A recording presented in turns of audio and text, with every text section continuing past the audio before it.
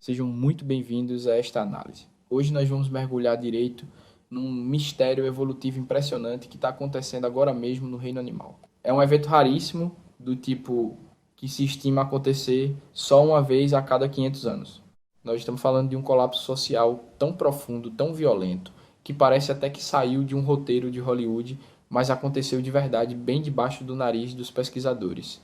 E como vocês vão ver nos dados que vamos examinar aqui, o comportamento animal às vezes funciona como um espelho assustadoramente nítido para as nossas próprias dinâmicas sociais. Tem uma citação bem forte que diz que a distância entre nós e os primatas é muito menor do que a gente pensa. E olha, um estudo super inovador, publicado na revista Science em 9 de abril de 2026, basicamente provou isso e redefiniu tudo que a gente achava que sabia sobre as origens da violência coletiva. A gente tem essa mania de achar que guerras organizadas são uma invenção exclusivamente humana, né? Impulsionadas por ideologias super complexas.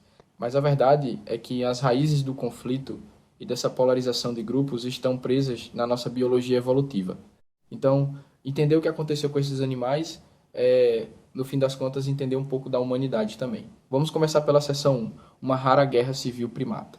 Imagina o seguinte: lá no Parque Nacional de Kibale, em Uganda, vive a população de chimpanzés Jingogo. Historicamente, eles formavam um grupo enorme de uns 200 indivíduos e viviam numa harmonia que é super rara de se ver. Para vocês terem uma ideia, em 2015, os pesquisadores viram essa galera se abraçando em solidariedade para defender o território deles de um bando rival. Eles eram um nós super unido. Mas aí você pega os dados de apenas 4 anos depois, em 2019, e a coisa muda de figura completamente. Os machos do chamado subgrupo ocidental assassinaram de forma brutal um macho do subgrupo central. E o detalhe mais chocante, era um chimpanzé que eles costumavam chamar de amigo. Amigos de longa data virando assassinos frios e coordenados. E isso joga a gente direto para a grande pergunta desta explicação. O que faz uma sociedade super unida se despedaçar desse jeito? Pensa comigo.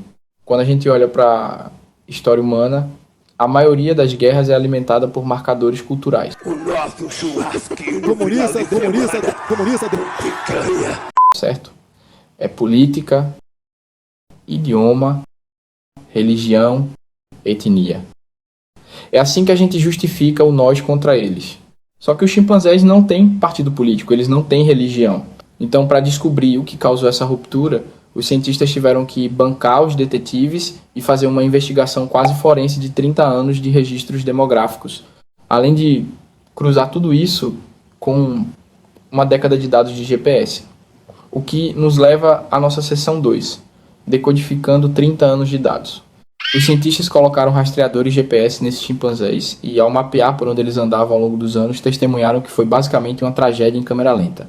As observações começaram lá atrás, em 1995, e no começo todo mundo se misturava de boa, mas o ponto de virada rolou em 2014.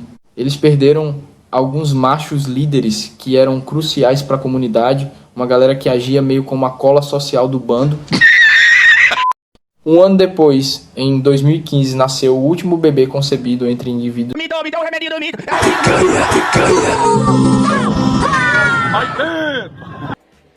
desses subgrupos diferentes. Daí em diante, o isolamento reprodutivo tomou conta. E em 2018, a sociedade finalmente colapsou numa fissão social completa. O grupo rachou de vez entre a facção central e a facção ocidental. E aqui nós entramos na seção 3, fissão e o ponto de ruptura. Olha, é fundamental entender que isso não foi uma briguinha de momento. O negócio ficou tão sério que eles começaram a montar patrulhas de fronteira super organizadas e letais para vigiar linhas invisíveis no território. Os pesquisadores chamam isso de hipótese da dinâmica relacional. É muito louco porque lembra exatamente uma reestruturação corporativa desastrosa. A população bateu uns 200 indivíduos, né? Quando os líderes apaziguadores, que seriam tipo a alta gerência da empresa, desapareceram, o sistema entrou em colapso. O grupo simplesmente ficou grande demais para a capacidade mental dos chimpanzés de manter amizade com todo mundo. As hierarquias sobrecarregaram e o atrito gerou uma separação hostil e sem volta. E os dados demográficos dessa fase pós-ruptura são absurdamente brutais. Depois de 2018, a violência escalou quase imediatamente. Para vocês terem noção, até 2021, pelo menos, 7 machos adultos e chocantes 17 bebês foram mortos. Eles começaram a praticar infanticídio contra o grupo rival, atacando sem dó qualquer ex-amigo que pisasse além da fronteira. Aquele ambiente, que antes era de paz absoluta, virou um campo de guerra sangrento por território e recursos, despencando o tamanho da população. Chegamos à seção 4, dopamina, fermentação e dinâmicas. Para a gente entender como essa amizade toda se forma e depois vira um ódio mortal, temos que olhar para a biologia deles. Primata não vai para o barzinho no fim de semana, mas eles têm uma dinâmica muito parecida. Eles se reúnem para forragear e comer frutas naturalmente fermentadas na selva. Isso dá um pico de dopamina enorme neles. É um comportamento super parecido com as nossas festas e encontros sociais e une o grupo de uma forma muito intensa.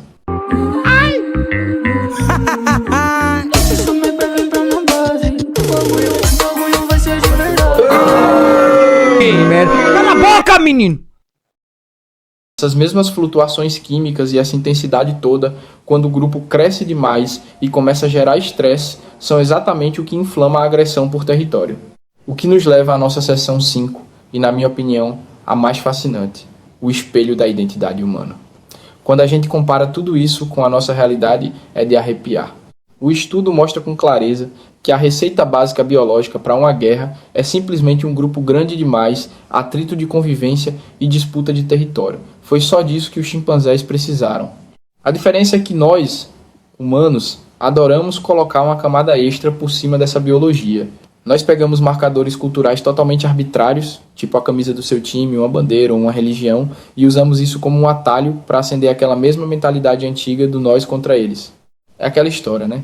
A nossa biologia vive buscando uma identidade de grupo para pertencer. E qualquer marcador cultural é lenha nessa fogueira. Imagina só, uma briga de torcida no futebol. Pessoas cometendo atos de extrema violência contra alguém igualzinho a elas, só porque o outro cara tá usando um escudo diferente no peito.